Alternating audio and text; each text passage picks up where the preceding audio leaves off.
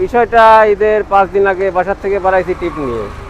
ঢাকার ওই পার মাল নামা পার্টি পুলিশে সিটি মিলের থেকে মাল আসে নিয়ে যান, যাওয়ার সাথে সঙ্গে সঙ্গে লোড। যাওয়ার পরে 4 দিন পরে লোড পাইছি। কালকে রাত 2টায় লোড পাইছি, আসতে আসতে সকালবেলা আর ফেরি ছাড়ে নাই। এখন আমরা এই যে ঘাটে আছি, রাত 10টা-11টায় ফেরি ছাড়তে পারে। খুবই খারাপ লাগতেছে, কিন্তু এখন মানে পড়ে গেছি আর কি শখে। আসলে তো বুঝতে পারি নাই যে এরকম হয়ে যাবে।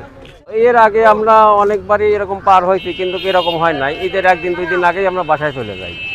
কিন্তু মানে এইবারই আর কি ভুলের কারণে, নিজের ভুলের কারণেই মনে করেন তারা তো দুঃখ করছে যে তাড়াতাড়ি আসো, কিন্তু যাবো কিভাবে? এখন গাড়ি থেকে তো আর যাওয়া যায় না।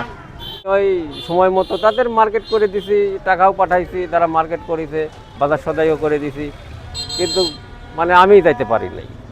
এর আগে 2-3বার ফোন দিছে, কথা হয়েছে, কিন্তু মানে যাইতে পারতেছি না, তাদেরকে বলেছি, তো এইভাবেই কথা হয়েছে আর।